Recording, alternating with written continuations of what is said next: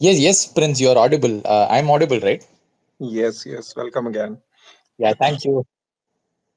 So Arun will wait for 1 or 2 minutes, let people settle down, and for our audience, like this is our second session with Arun Kumar, popularly known by the 80/20 investor, and very soon he'll be publishing his book. I think the name also is 80/20 investor that we would be knowing directly from him during the course of this session, and as we always say that.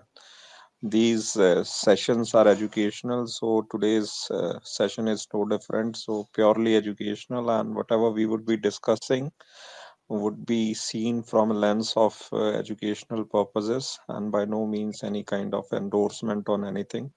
The views are personal, but they are very holistic views and backed by data and very well understanding of the space.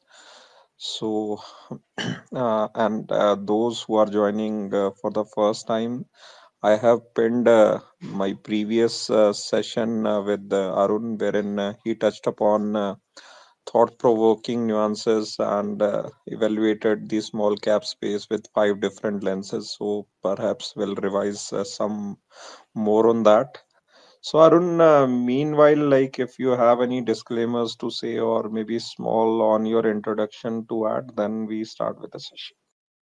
Yeah, I think the broad disclaimers are that I mean it's whatever you said that all these are purely for educational purposes, and again, the context for each and everybody might be very different. So just broadly look at it in terms of what's the framework, and most of it will be pure data, and again, you can put it together and come to a different conclusion versus what I am concluding. So it's not about the conclusion that really matters. It's mostly to do with what's the framework, and again, each and everybody can have a completely different takeaway from it. So please do focus more on the process and the framework vis-a-vis the final conclusion. Yeah, in Right, terms of Arun. in terms of my introduction, yeah, currently I head the research for a wealth tech firm called Funds India. Reasonably, a very old firm. We were there from 2008. We were probably the pioneers in digital wealth management services. Right now, it's a very common thing, but way back in 2008, 9, 10 we were the only platform which could help you do the entire investing journey digitally. We're currently bought out by Westbridge Capital. So right now we are probably managing somewhere close to around 12,000 crores of AUM. So that's like the broad gist of what I'm currently doing. Right, Arun. So, Arun, let's start for the day. So, do you believe that the small caps are in a bubble? And if so, what's the data behind that? And if you differ from the statement or you find the statement as a hard statement, so I would request your views around that. Yeah, so I think the word bubble gets used a lot. I mean, like the one of the best examples is if you look at the entire US bull market, which happened between 2010 till 2020, and again, while there is a small correction, it's still continuing. There were a lot of people who were calling for a bubble right from 2010. So almost every year you'll have at least 5, 10 very reputed, well-known investors or experts calling for it. So calling a bubble somehow has also become fashionable because one, it gives you a lot of media space, and again, if you get it right, you can write books and you become popular. So the way we kind of think about bubble is that, I mean, anybody can call anything a bubble, and let's say it falls 10, 15%, and then you say, hey, I called it right. So the way we try to quantify a bubble is that, in essence, the way to think about it is that your prices have really moved much ahead of what is supposed to be the fundamentally right price. Now, obviously, what is the fundamentally right price? There is no precise formula for it, so different people will come with different perceptions. But broadly, a ballpark number, you can roughly get a sense of what should be the approximate right price. And if the markets have gone extremely above that, then probably you call it a bubble. Now, to make it a lot more quantifiable, what we internally do is that we ask ourselves a simple question that if whatever you're calling a bubble, let's say you're calling large caps a bubble, the question we would ask is if large caps fell by 20% today, will you buy? Now, if your answer is yes, then probably it's not a bubble because 15-20% correction almost happens on a regular basis in small caps. And when we studied in large caps, and when we studied small caps, the volatility is even higher. So, a 20%, 25% fall is almost like a given. It happens every 2-3 years. So if you are a small cap investor,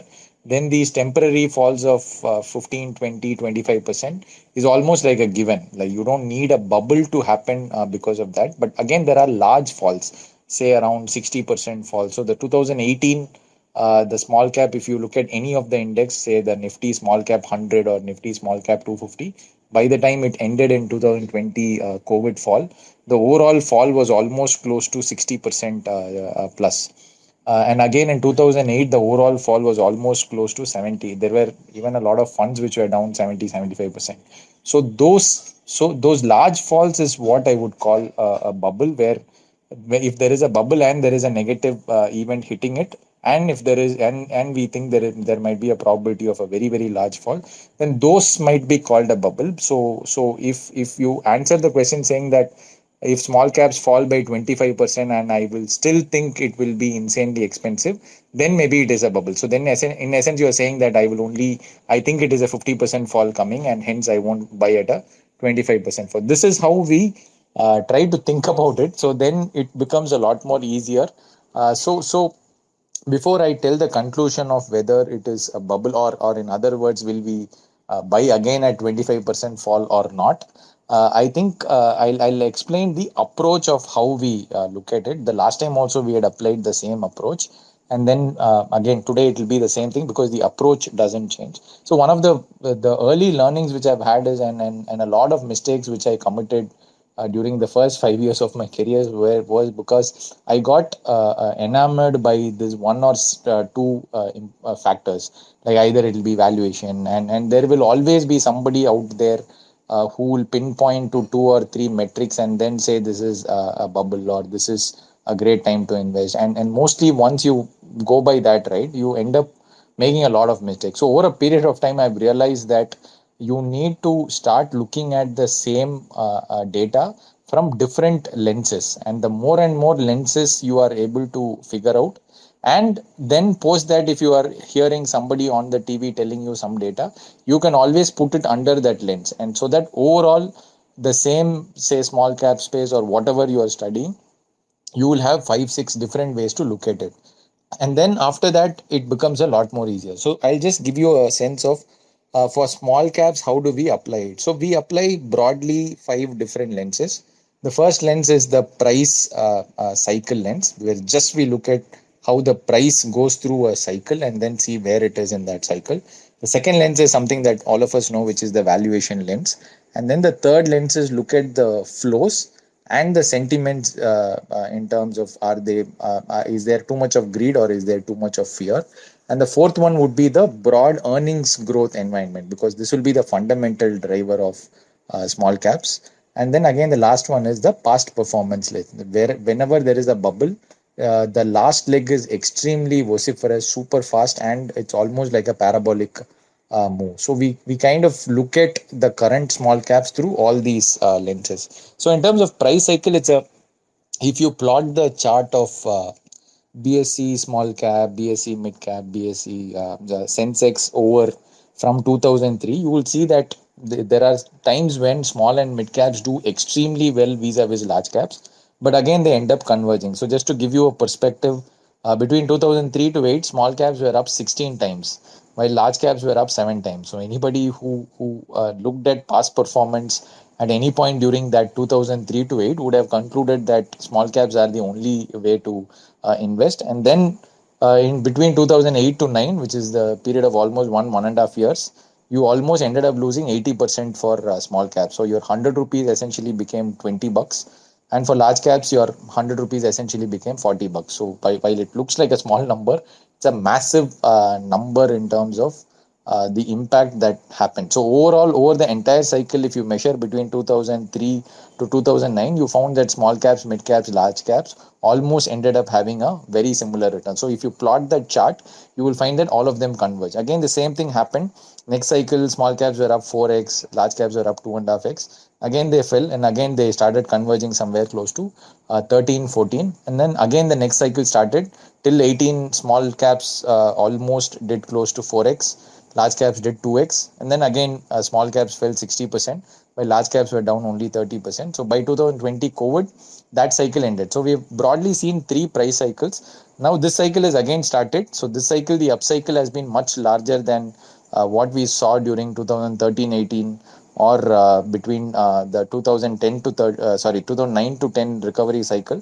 So the upside today is almost around 5x, while in the last two up cycles that we saw, we were only around 4x in small caps. But however, the biggest bull market of 2003 to 8, small caps went as much as 16x. So from that context, for all that we know, we may still have some more upside left. But visually, once you look at it, the small caps have exceeded what we saw in the last two cycles. So small caps currently are at 5x, right from 2020 COVID bottom, and your large caps are almost close to 3x. So obviously, it looks like small caps are the way to go. One more way to contextualize this is that the same thing we look at it in terms of Sensex divided by the small cap index. And whenever this number crosses 2, right, it becomes a little more on the dangerous territory, because in 2008 the crash happened when this number went up to 2.5. Again in 10, before the crash, I mean before the fall happened, this number went to 2.02. Again in 2018 this number went to 2.14. So broadly, once it crosses 2, historically it's been a weak spot, and then if there is any external trigger, then mostly it has led to fall, and currently that number is 2.3. So if you purely wear the long price cycle lens, it is at 2.3, and this is showing us that this is probably a time to be more cautious on small caps. So this is what the first lens tells you. And then let's look at the second lens, which is, now we looked at the long cycle, right? There are also very short cycles that happen, and usually when we studied the short cycles for almost like the last 15 years from April 06, we found that these short cycles generally last close to 1.5 to 2 years, and then the upside is generally around 2 to 3x. Now once we put that short cycle starting point as March of last year, because before that there was a fall of almost close to 30%. So short cycles are what happens in the middle of a very long cycle. So if you put that same metric now, we are probably close to almost 11 months. So which means if you go by the short cycle lens, usually short cycles last for at least another 6 months to 12 months more. And then the upside is almost 2 to 3x, while currently we are almost close to 1.8x. The short cycle is telling us the opposite view of long cycle, that there are probably still some more legs to go, and maybe you should wait it out. So this is what the broad cycle is telling us in terms of, this is purely on prices on long cycle and short cycle. Now coming to valuations, we look at something called the overall exposure of small caps to the entire market. Generally, when it crosses 15 percent of the entire market, you become a little more cautious. And when it comes close to 10, it's a great time to enter small caps. Right now, the number is almost close to 17.2. And during that 18 fall, the number went as high as somewhere close to that 18 and a half, 19 kind of a zone. So are we close to the previous level? We are, but we've still not hit that 18, 19. But from a historical perspective, it's a very very high number. And to put that in perspective, the profit share of small caps as a percentage of the entire market cap is only around 12%. So 12% profit share, you're almost ending up giving around 17% of the entire market cap. So this is again, valuation is saying it's expensive. So this is the third signal is showing us red. Again, if you look at the price to earnings, it's almost at a premium of 30% to large caps. Historically, it's traded at a 15-20% discount, but now it is just the reverse. So purely, if you go by the valuation lens, it's again telling us that it's a red signal. So we've seen three signals. Long price signal is giving us red. Again, short price signal is giving us green. and then the third signal, which is valuations, is again giving us red. So out of three, two are red and one is green. The third, or the third signal that we look at is flows and sentiments. In flows and sentiments, the broad idea is that when there is excessive flows in any segment, usually it leads to overvaluation and a lot of lower quality stocks get bid up. Now again, you can see that I mean, this is a chart, but I'll just say broadly, if you plot that chart right till to May 2023, you will see that the inflows into small cap funds was at a narrow range, and then suddenly starting from May, it almost ends up doubling. We were at thousand crore plus kind of a number every month, and suddenly it jumped to almost close to 5,000 crores, and then right now it's roughly hovering around the band of 3,000 crores to 4,000 crores. So what was hovering around the band of 1,000 crores, 1,500 crores before 2022 has suddenly shifted orbit and is right now almost at 3x to 4x. So this is a negative. You have to look at it contradictorily, that the more the flows, while it will force the small caps to do well, but in the longer run, it's a negative counter signal for us. So that is again showing us a negative signal. And then again, if you just Google for small cap funds or small caps, you will find that the trend is almost at its all-time high. So it shows that a lot of people are Googling for small cap, which again, from a sentimental point of view, again, it's a rough indicator for greed. And then again, we also use the Nifty 100, which is the large cap, as a percentage of turnover to the Nifty 500 stocks. And that number, when it goes around 70, 80, means the market is in the fear zone.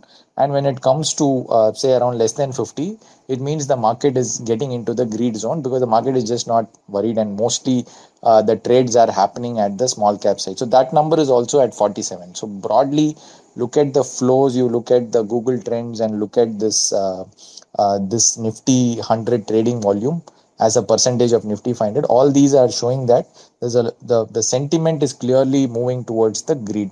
Then again, the other factor that you generally see is a lot of NFOs get launched, and the collections have also been great. Like Motilal collected 1,350 crores. BNP Paribas launched a small cap fund; they are getting 1,000 crores. So it's actually become very easy to launch small cap funds, because there's a lot of interest towards it, and most funds are also able to collect a significant amount. But on the other end, you are also seeing funds saying no. So Kotak has recently restricted investments. Nippon has restricted, Tata has restricted, SBI has restricted.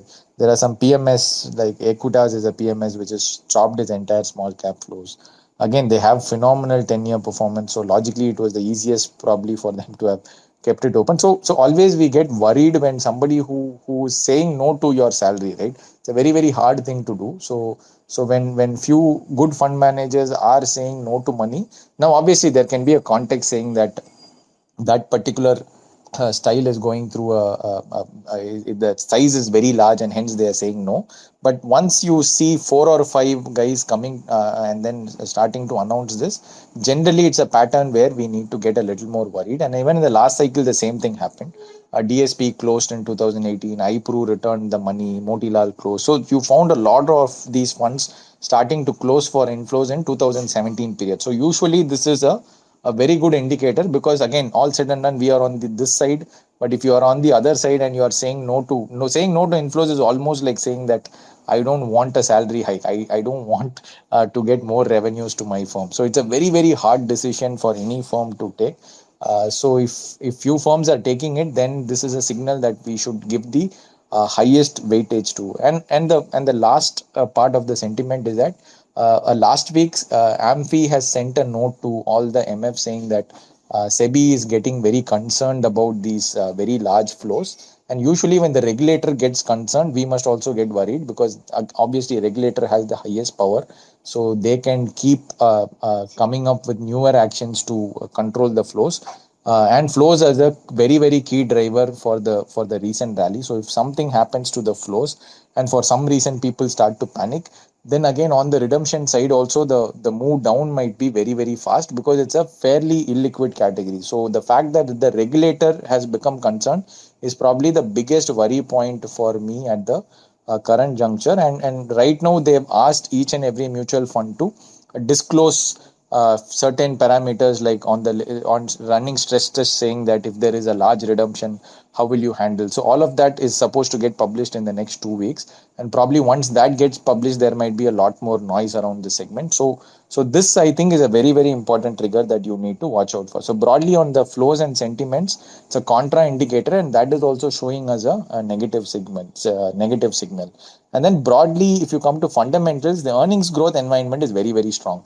Both for at a broader level, also we are looking at a 16% earnings expectation over the next 2 years, the Bloomberg consensus. So let's say even if you knock off 2%, you're still a 14-15% number is a very good number. And usually during a bull market and during strong earnings cycle, small caps end up doing growing much higher than large caps. So if you look at the Bloomberg estimates, it's almost 5% above the large caps. Now again, there might be some constraints here, some nuances here that there are some one-off things which happen, but broadly in a historically in an earnings growth environment, small caps have ended up growing much faster. So if you go by this lens, this is still showing green, and the most important thing is the balance sheets are insanely strong. If you look at the debt equity ratio, it's the lowest ever in the last 15 years for the Nifty small cap 250. It's at zero point 0.3. In FI 15, it was almost close to zero point 0.8. So zero point 0.3 is like you almost are like out of, you don't have any debt. So if you remove the price action on the other side, if you purely go by fundamental, nobody would call, I mean, nobody would say this is a bubble. It's the small caps are probably at the best balance sheets, and they are looking at an environment where their earnings is growing much faster than large caps. So this lens is showing us a very very big green on this. Then the last lens that we apply is the past performance lens. Historically, when we studied different bubbles that happen, usually the last 1 year returns is upwards of anywhere between 50%, 100% or more. And currently, if you look at the last 1 year performance, it's almost close to 75%. And not just the 1 year performance, you look at 3 year, 5 year, 7 year, 10 year. It looks like an insane number. And right now, if you look at the number, it's somewhere close to 20 to 25% for the index, and for the small cap category as such, 3 year returns 30%, 5 years at 27, 7 years at 20, 10 years at 23. So it's almost impossible for anybody to see these numbers and not invest in small caps. So historically, all bubbles have had a very very sharp rally in the last 1 year.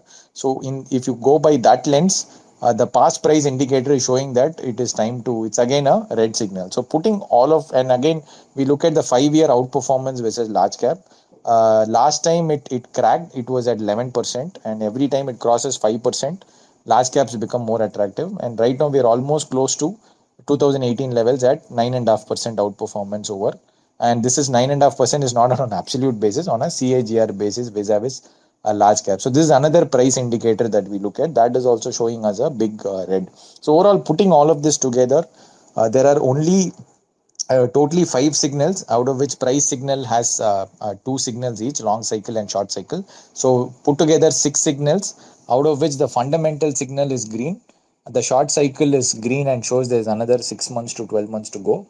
But apart from that, all the other four signals are showing a red, which means it's very very vulnerable to a correction if there is any trigger. Now, in terms of trigger, I think the SEBI's concern is one major trigger. So, which means that if there is hardly any change in flows or hardly any action from the mutual funds, SEBI might again come up with something. Because let's say if you and I were SEBI and we have already raised our concern and there's nothing happening and the concern remains, like I would obviously try to do something so that like my concern gets alleviated, right? And being the regulator, they have all the powers, right? So one, that is something that you need to watch out for in terms of what will possibly SEBI announce over the next 1 to 3 months. Then the MF stress results which come up in the next 2 3 weeks. Let's say if some fund is having a very weak result, then for all that you know, there might be some redemption pressure, there'll be some noise around it. So that is something that you have to look out for.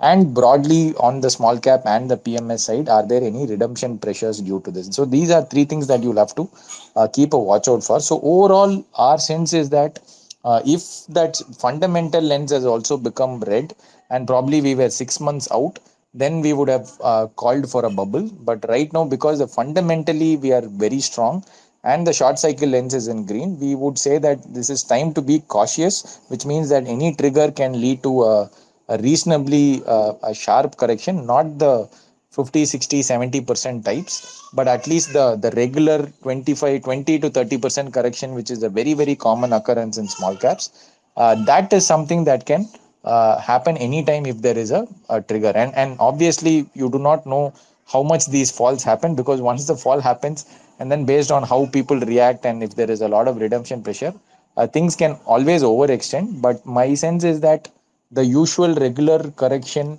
the probability of that is very, very high, especially given all these triggers and the fact that you almost have four red signals out of six. Now, in terms of, so this is the theory, but in terms of what we have actually done, we had entered small caps as a tactical allocation last year at somewhere close to May.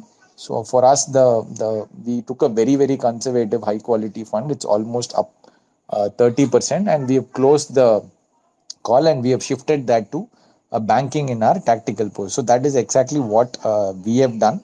So now whether it can go from here on, will small caps continue to go, is anybody's guess. But we always look at it in terms of where can we shift, and over the next 2 years can we get similar kind of returns, but with much lower risk. So in that sense, we thought the banking and financial space is far more lucrative vis-a-vis the small caps, and so we have shifted it there. So that's in terms of what we have actually done at our organization. So that's broadly how we look at it. And I've also put a Twitter thread with all the charts, so you can also kind of, maybe whenever you find the time, you can also check that. So whatever numbers I've told, you can see the actual data. So and as and when you listen to different experts, and whenever you get any new data points, you can go back to this different frameworks and you can plug it in, so that and but you will still go through all these five lenses, so that you'll always be able to get the holistic picture. So right now,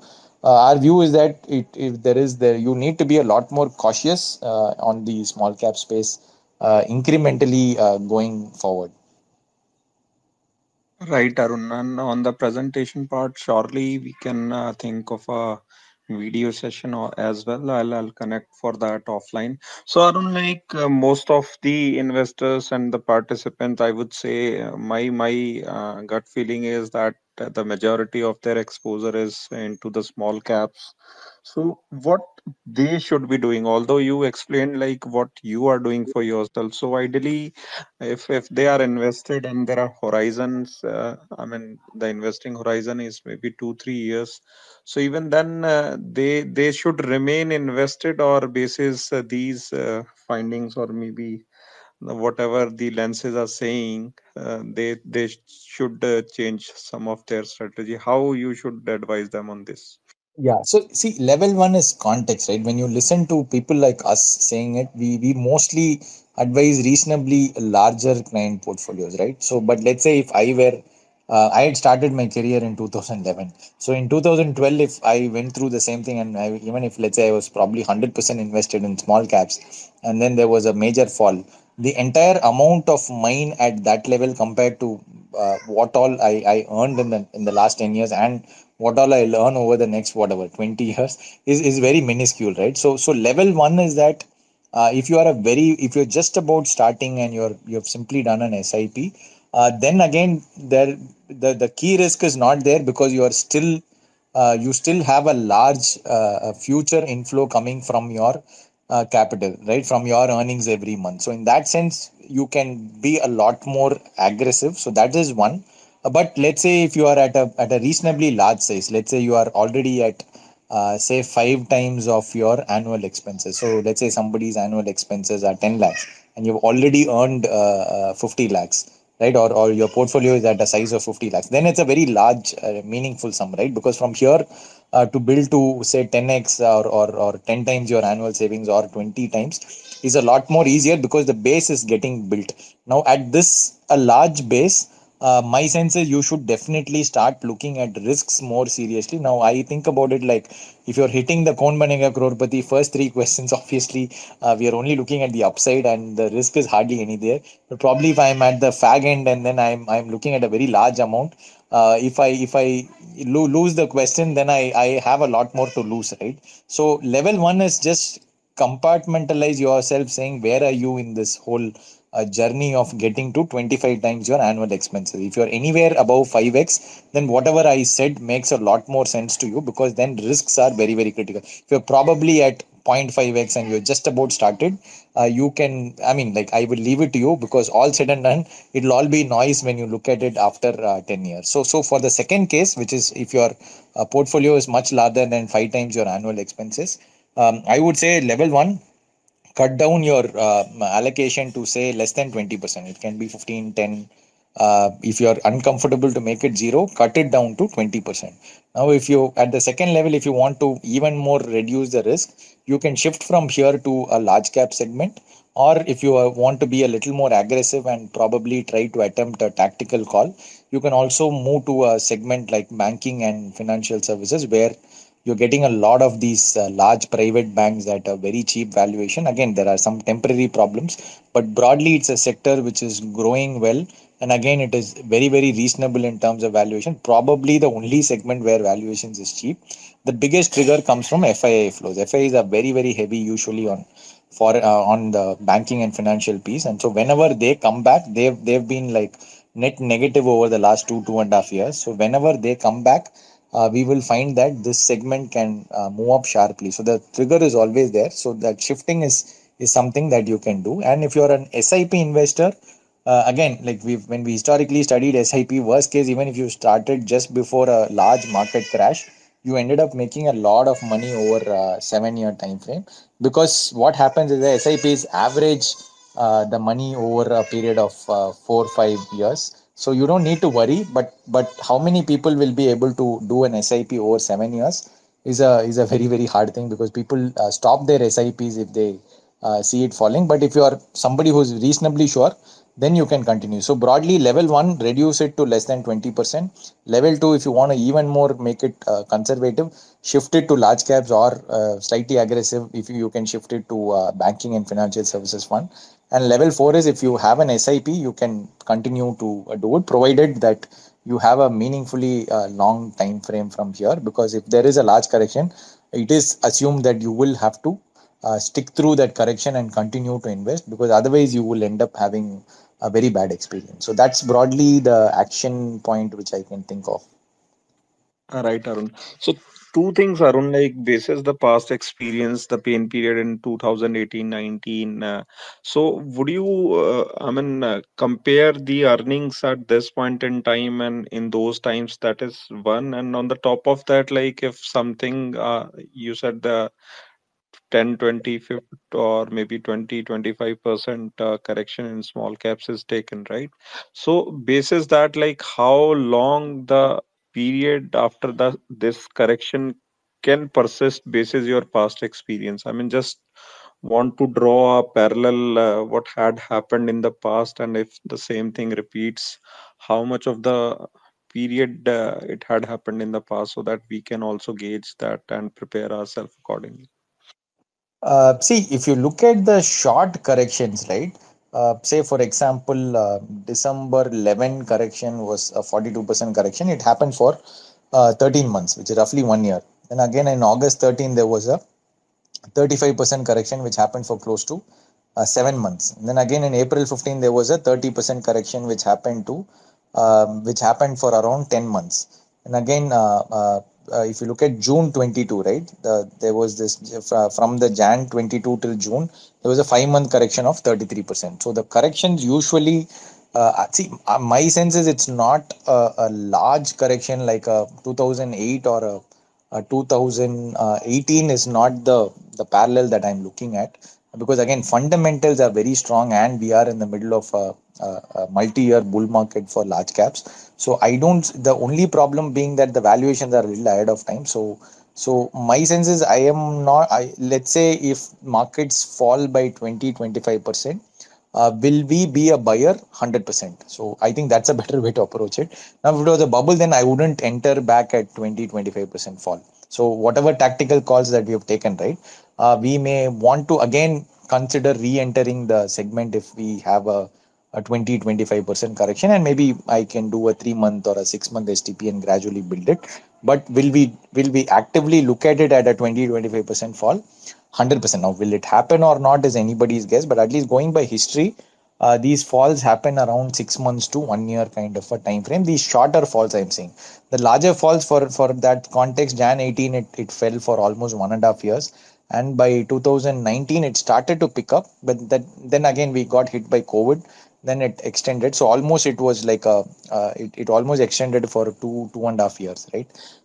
So those were the large falls, but in my sense, going by history, if at all there's a fall, I think it should be a 6 month to 1 year kind of a short fall. But again, each and every time it's very different. But these are all just to use history as a guidepost so that you know when to kind of start acting. But for us mentally, the way we look at it is, if it falls by more than 25%, we will start actively looking at rebuilding our exposure to small cap as and when it happens. And that's how the cycles happen. And we will gradually build it so that even if there is a larger correction, we can probably increase our exposure and then add more money to small cap. That's how we are thinking through this. Right, Arun.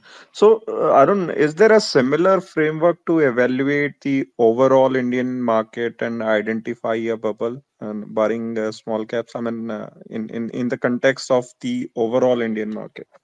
Yeah, so we also run something similar to that. We almost keep a track of 35 indicators that we kind of circulate every month to our clients. So we call it a BMI, bubble market indicator. Just so that, because the most of the mistakes in a bubble market, I mean in a bull market, happens because we start exiting earlier. So a lot of people are still stuck at 60,000 because they exited. Some people are stuck at 50,000 because they thought it was all time high. So one of the biggest lessons for me was bubbles are very rare, and there is a very high chance that during a bull market you start, getting paranoid and start seeing bubbles every time, right? So you will, once you are out of the bull market, let's say you have exited at 60,000, it becomes almost impossible for you to get back in. So that's why we built this framework that at least that while it is a very rare event, one, I should be possibly this will give us a glimpse of whenever that happens. But most importantly for us, the real reason why we built it was we did not want to get knocked off much earlier in a bull market. So broadly, the framework there is three different lenses. One is the valuation lens. So what we do is, instead of one valuation indicator, we put price to equity, we put price to book, we put market cap to GDP, and we put the earnings yield compared to the bond yield. So in each of these, what we say, the last 10 years, where is it in terms of percentile? So if we are at 95, it means 95% of the times the market was cheaper than today. So we are in the top 5 percentile of expensiveness. And we club all these four metrics together. So right now the number is somewhere close to 93. So which means on average, 93% of the times the valuations are much cheaper than what. So you are almost at that top 10 percentile valuation band. PE is alone at the 75% band, but apart from that, all the others are at between that 90 to 100% kind of a band. So historically, if let's say if I have to go back 10 years, if I saw this number, I would have gone underweight on equities because I was very naive at that level and I would have done that mistake. But what I've learned over a period of time is valuation standalone is a very very bad indicator if you use to time the markets. And it's been proven globally, because think about it, these are metrics which everybody gets. So I find a lot of people saying PE is so much, so market has to go down. So I've tried this, burnt my hands very badly. So my kind request is, do not go by valuations alone. So just to make that valuation indicator a lot more meaningful, we combine it with a sentiment and a flow indicator. Now the broad idea is that once valuations are high, it should be accompanied by the flows and sentiments also showing negative signals. So by flows and sentiments, effectively we say what is the demand and supply. So demand comes from domestic institutional investors buying either through mutual funds or through insurance or through PMS. And then on the other end, you have the FIIs buying. These are the two large buyers. Now, if both of these guys are buying like crazy, then it's a risky thing because it means that the two large buyers are going crazy and there's no other seller left. So, most likely, things are crazy, and at some level, there's a very, very high chance that it gets into the extreme territory. Right now, FIAs are have hardly participated in the last 2.5 years, but DII flows are very, very strong. So broadly, if both were negative or both were extremely positive, then we would have been really worried. Now, because FIAs have not yet come, and if you look at FII, the overall exposure of FII in the Indian equity markets is at a 10-year low. Their ownership of either Nifty 500 or the broad NSE index is at a 10-year low. And in the last 2.5 years, you have hardly they almost took out 2.6 lakh crores and they've brought back in 2.35 lakh crores. So they're still net negative in the last almost like 2.5 years, right? So that is one. And then we also look at IPOs. So this is on the demand side. On the supply side, we look at IPOs. If IPOs as a percentage of the overall market cap, what is that number? If that goes to 1%, then you become a little more worried. Right now, it's still probably the SME side is showing signs of micro bubbles, but at least on a large cap side, there are hardly any major IPO. While it is improving, but there is no significant exuberance on the IPO side, at least on the large cap. So we put together flows and the IPO. We call the framework final, right? Flows, IPOs, and then a lot of new investors entering, then acceleration in prices, and then L is leverage. So new investors entering is a clear trend.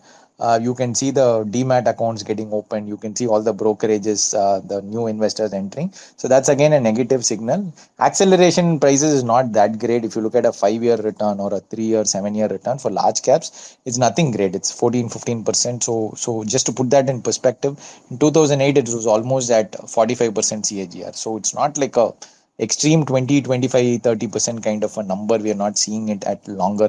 While for small caps you are seeing 25, 30% easily, large caps it's still at that 15% band. So it's not showing any signs of a major acceleration in prices. Leverage is getting built up, especially on the trading side. So that is something that is slightly worrisome. But overall, putting it together, the valuation and sentiment is still not at a very, very negative zone. For us, the biggest thing is if FIIs become negative or become extremely positive, and their 12-month flows exceeds 1% of the market cap, then we start to worry on these two indicators. And then again, we correlate that with where are we in the earning cycle. Uh, there are different metrics that we use, but broadly we look at profits as a percentage of GDP, and the number usually goes between 2 to 7%. Now, right now we are at 4%. When at 2%, it was a no-brainer that you just be positive on India, because at some level that number will keep going up. Now we are almost at 4.5%. But I think at the end of the cycle, you will see it somewhere close to the 7% number.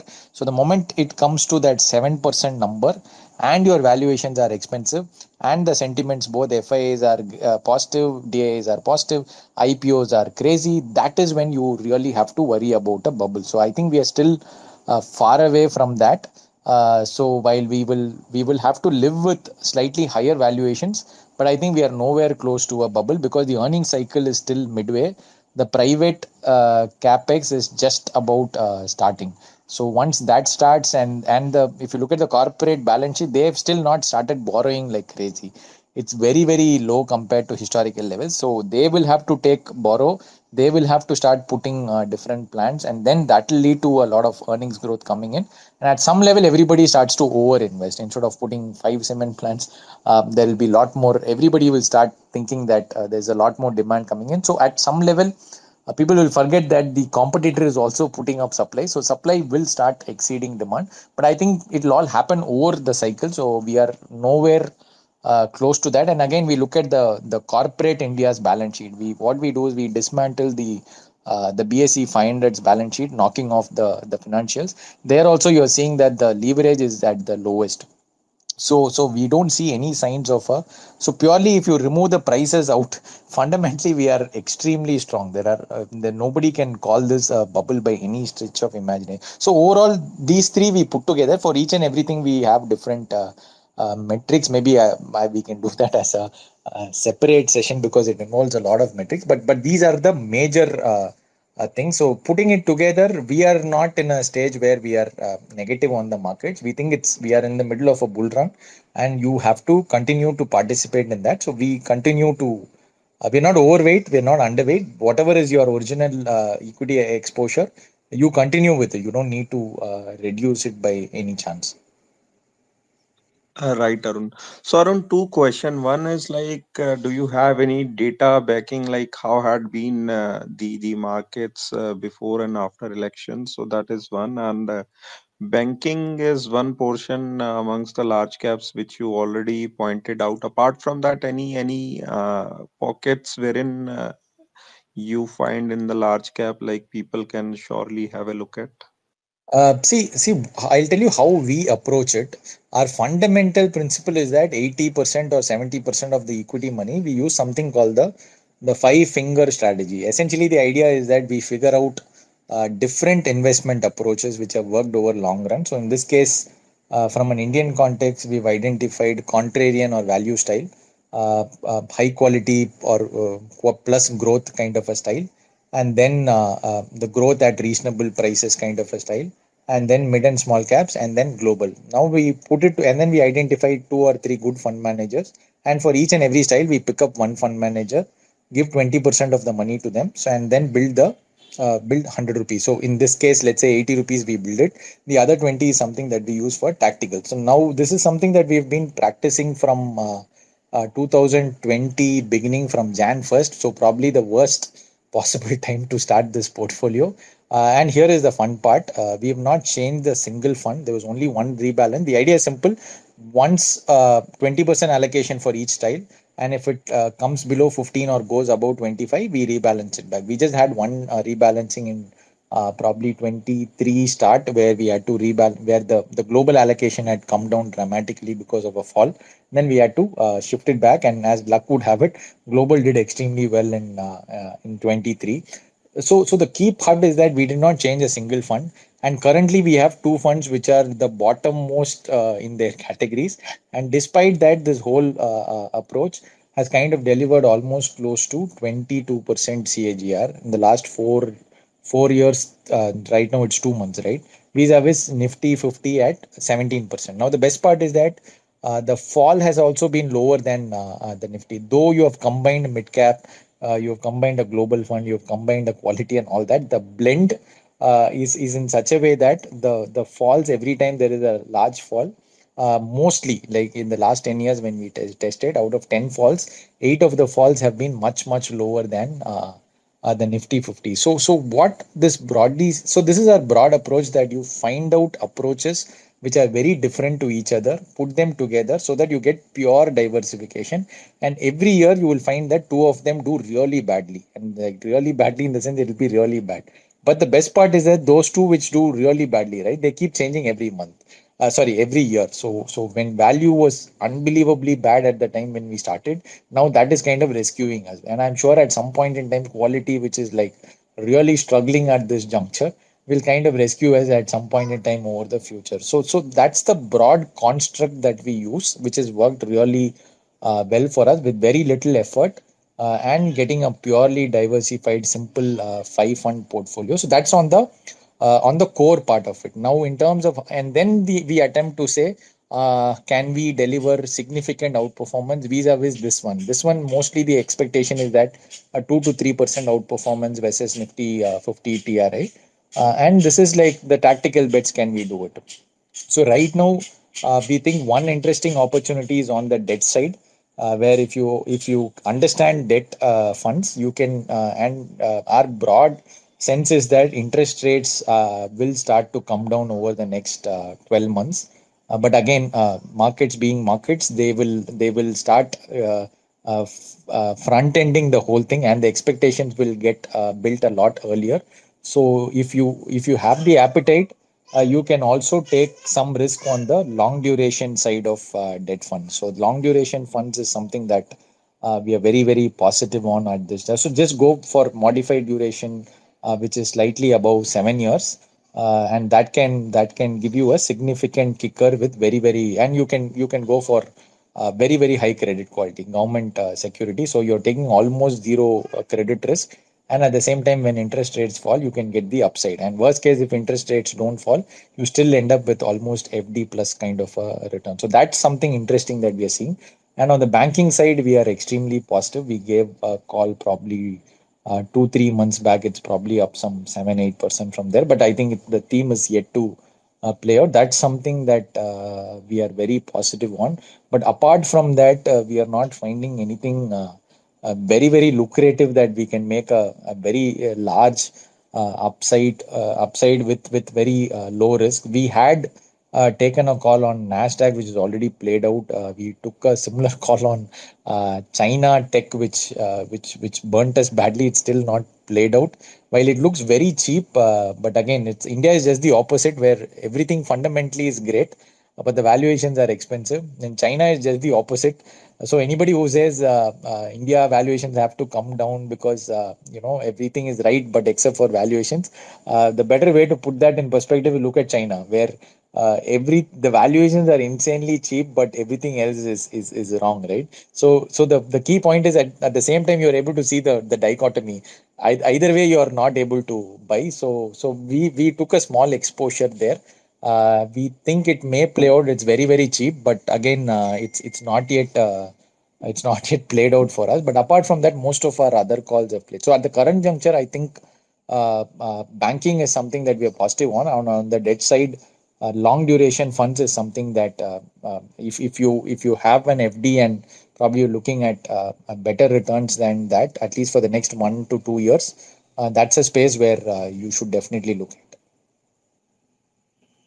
Right, Arun. And any data points on the election part? Elections, I'm sorry, I don't track it because usually, as I told, we are more like a 5 year, 7 year investor, and we haven't tracked anything on the. But my sense is mostly it'll be a non-event unless and until there is mostly all of us know what is the expectation getting built. So unless and until there is a dramatic change in the results, I think it is more or less there as a part of the expectation. So if BJP wins the election, which I think is the broad expectation, which is already getting built, I don't see any.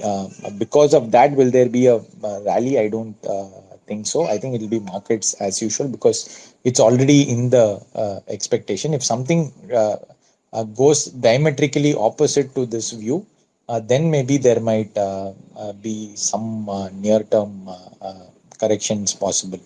But I've seen the data and all that, but I think it's not a great way to start interpreting too much out of it. So my sense is just have a 5 7 year time frame, and that itself will allow you to have a very very good experience. And on top of it, so mostly everything that we build is with a 5 year 7 year time frame, and even for tactical calls it's with a minimum 3 year time frame.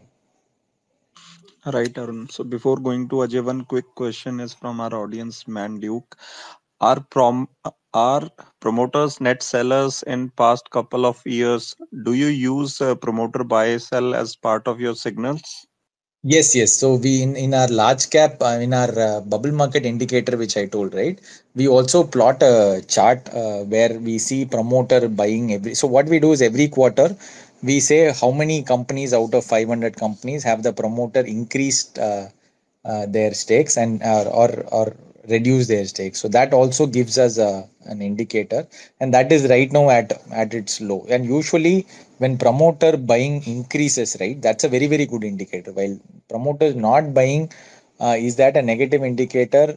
There's not much of a correlation, but at least when they are buying, because in COVID they bought like crazy, that number kind of suddenly shot up. So we plot that chart as well, and that is a very very good indicator on the and if especially if you're trying to buy at the bottoms, But right now, if you look at promoter selling, it is at historically it is at a very low level compared to what you usually see. So promoters are not very gung ho on buying their own shares at this market levels. Right, Anu. So one question from Ajay, and then we ask you about your upcoming book. Yeah, Ajay, over to you. Thanks so much, Prince. Hi, Arun. Wonderful to listen to the framework. Very impressive. I have an extension to the last question that Prince just asked regarding as the topic is about the small cap bubble. Is there any space for all the fundraising that is happening through all the warrants and preference shares? Because there's another angle to the framework about the balance sheets, getting leveraged. So I'm wondering what kind of time frame would be between these two events, because right now companies are raising funds through equity. So I'm assuming the leverage will not happen in the near future. I hope my question made sense. Yes, so leverage, at least from the balance sheet perspective, they're very clean. So which is why I said fundamentally, will there be a problem at least for the next 1 to 3 years? I do not think so.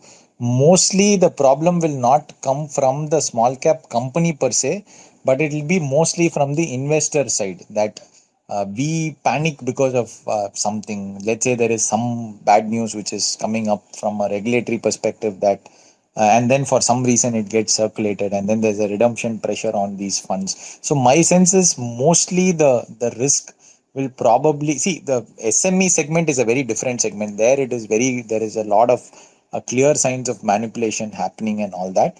But I am assuming at least from a mutual fund investor perspective, mostly the quality of the companies are reasonably good. The only problem comes from the fact that at some level, if there is any redemption, mass redemption pressure, then being an illiquid category, the price falls might be much higher than what is fundamentally justified. So that is the biggest worry. But from a company standpoint, I am not really worried. I'm only worried from an investor standpoint or investor behavior standpoint. What will these guys end up doing if there is some panic, and what will cause that is very hard to say. But yeah, so that's how I'm thinking through it. And regarding this, do you think is there any promise in the MFI guidelines that they're trying to create a safety net regarding these, sudden redemption pressures? Hello, Um, yeah, can you hear me? hello. Prince Bhai, am I audible? Yes, yes, Ajay, you were audible to me. Arun, you got his Uh, question? Arun, are we audible to you? Arun, you there? oh, sorry. I somehow lost it. Now I'm back. Okay, okay. So Ajay, you can quickly Yeah. summarize So, your question.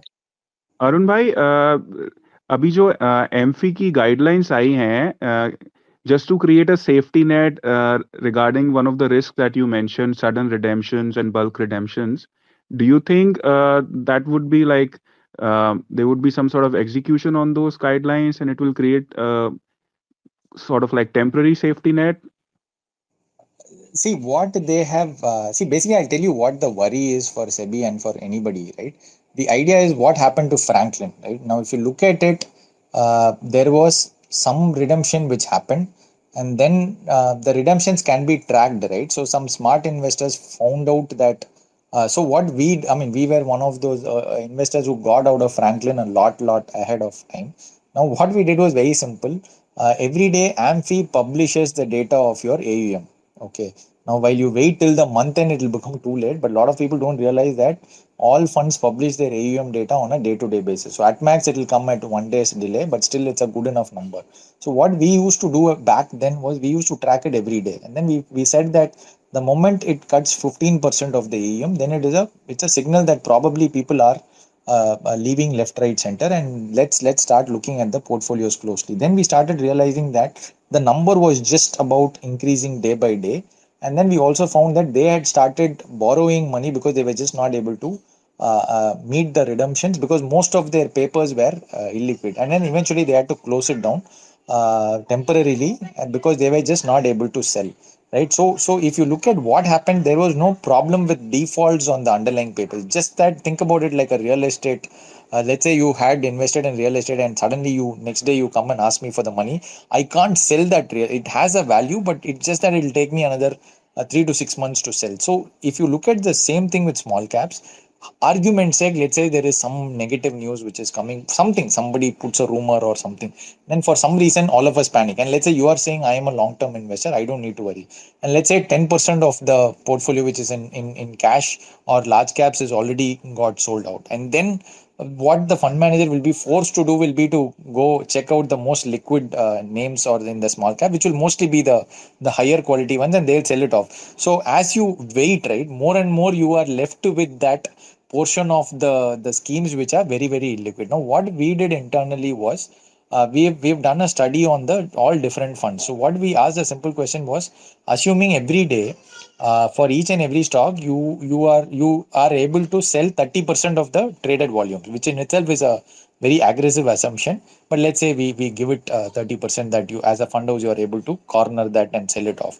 How many days will it take for you to sell 10%? In 10 days, how much of your portfolio can you sell, and in 30 days how much can you sell?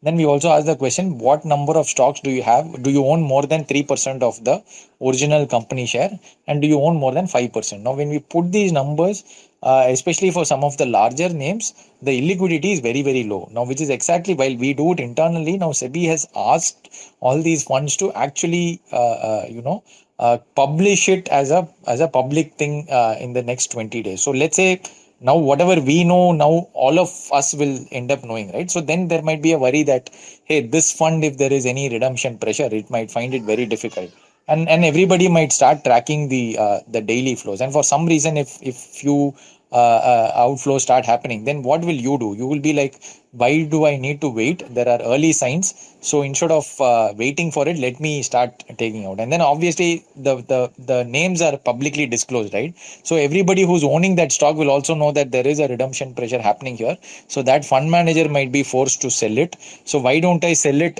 much ahead of time? So what will happen is, and then panic sets in, then everybody tries to front end it, and then it can lead to a panic. So which is what SEBI is worried, that instead of this happening, can I try and avoid this? Now, will it happen or not? We don't have in control. Like for example, in credit funds, it did not happen for 10 years, but one fine day it happened because of the other reason that right now WhatsApp is also super easy to spread information, right? Let's say 10 years back this didn't happen, but now let's say if I think there is something wrong in small caps, I can send a message, and within by morning it can probably get viral if there is a very crazy scary news that I wanted to publish, or it can be rumor mongering. There are a lot of influencers also, so there's a lot of ecosystem built around spreading the news. So which is why SEBI is worried. So I think once they start publishing the number, there'll be a lot of noise around. Now what will exactly happen, we do not know, but at least I think everybody who's in small caps for sure should start tracking the daily AUM movement. And if you knock off the daily NAV movement, you will get the exact inflow or outflow. Now, if you see that outflow pattern strengthening over a continuous 1 week, 2 week period, then you need to start becoming very, very careful about it, because that will be your early warning signal.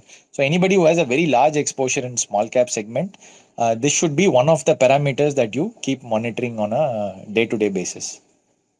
We do it for the last large 10 funds. I think that should be enough. I mean, large 10 funds will broadly give you a sense of what is happening. Thank you so much, man. Sure, thanks. Thanks, Arun. So, Arun would love to know about your upcoming book.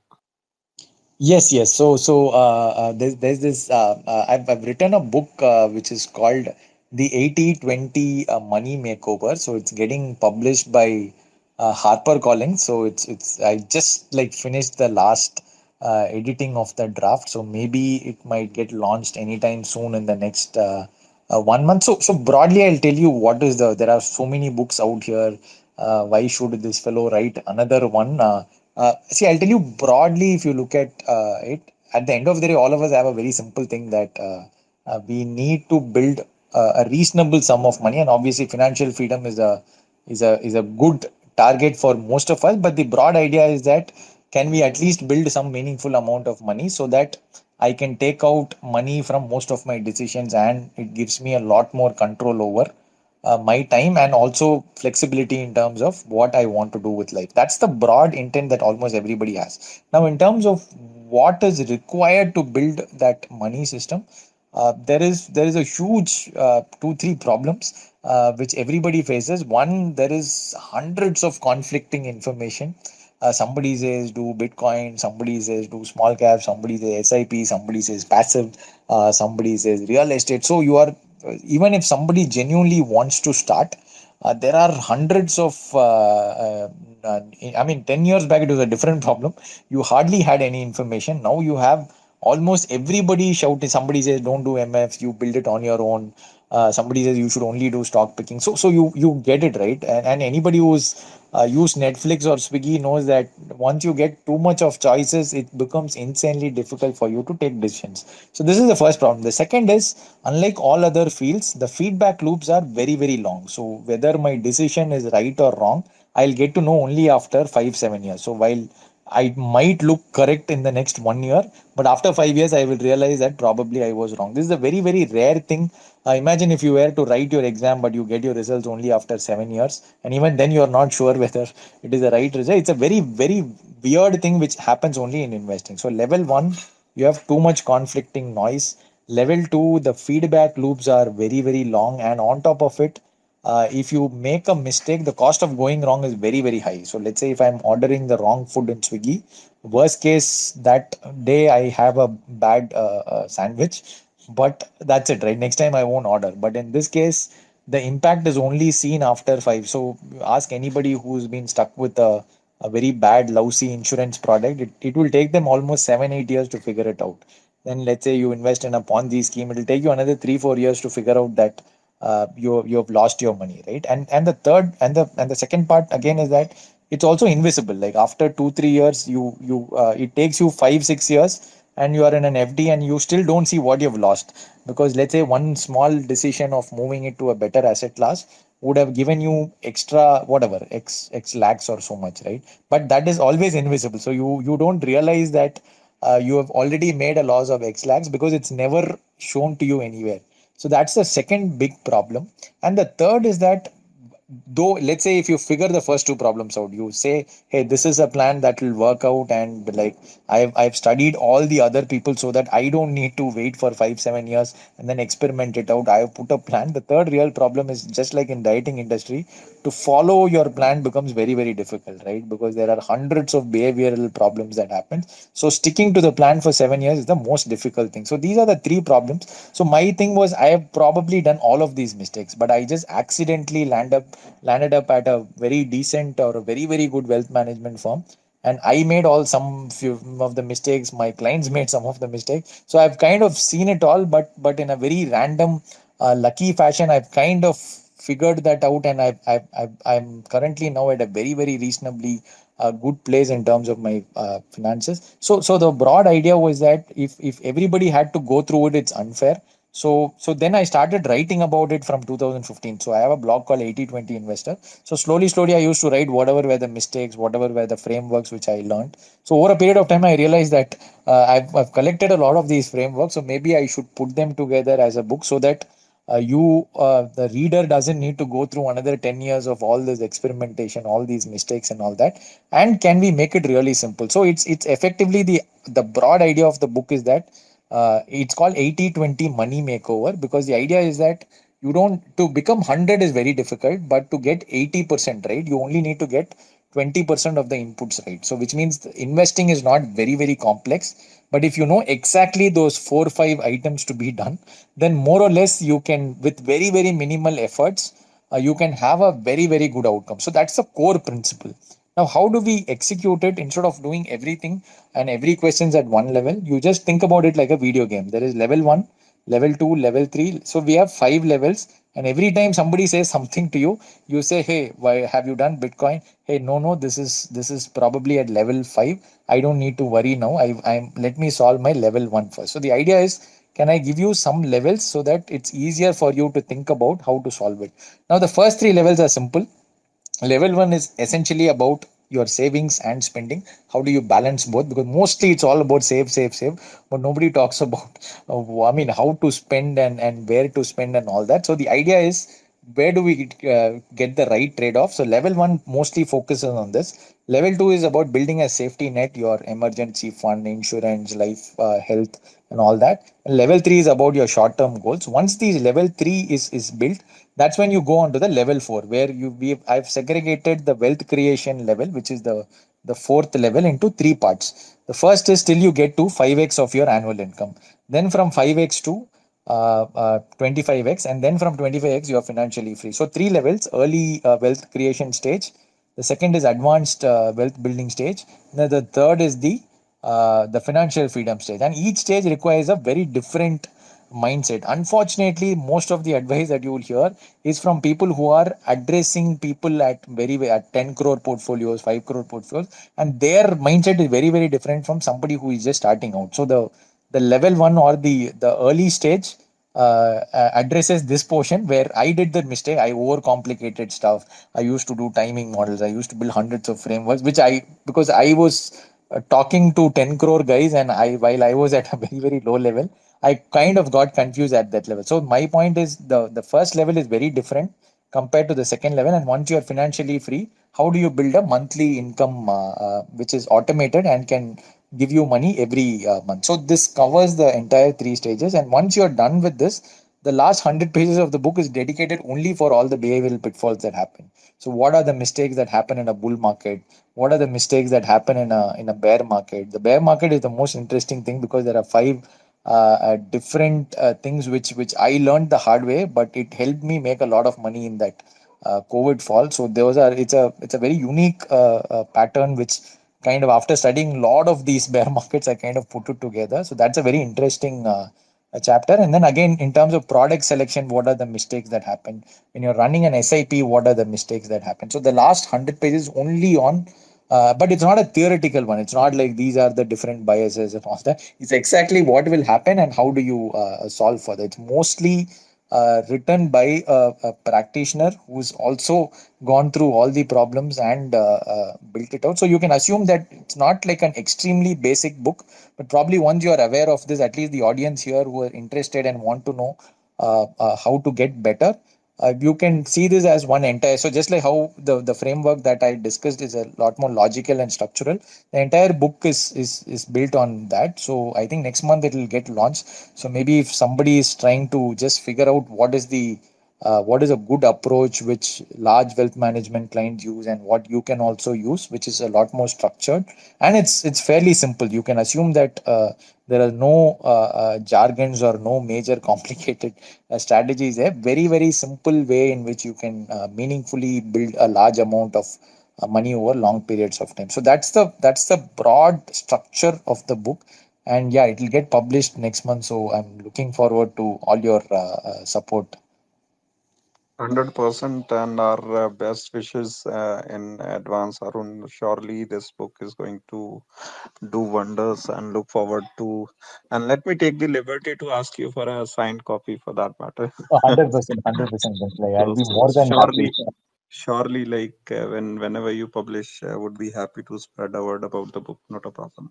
So Arun, thank you so much for taking out time for the second time, and it was lovely hearing you for the first time as well. And today also, you added great value to our audience, and especially when the volatility has begun to arise in such situations, like explaining things backed by data and various signals. So definitely our audience find themselves in a better position to understand.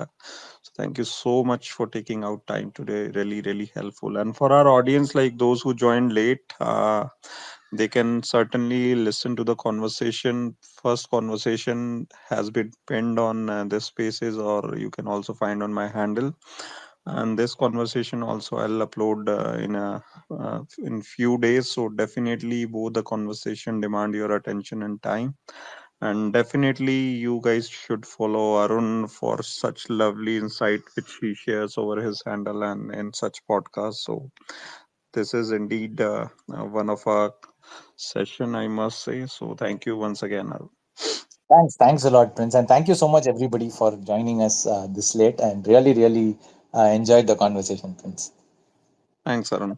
And for our audience, like if they are liking our work, they can also connect with us if they are joining for the first time. And likewise for the YouTube channel where I upload all the conversations, so you can also subscribe to that. Thank you so much. Good night. Take care.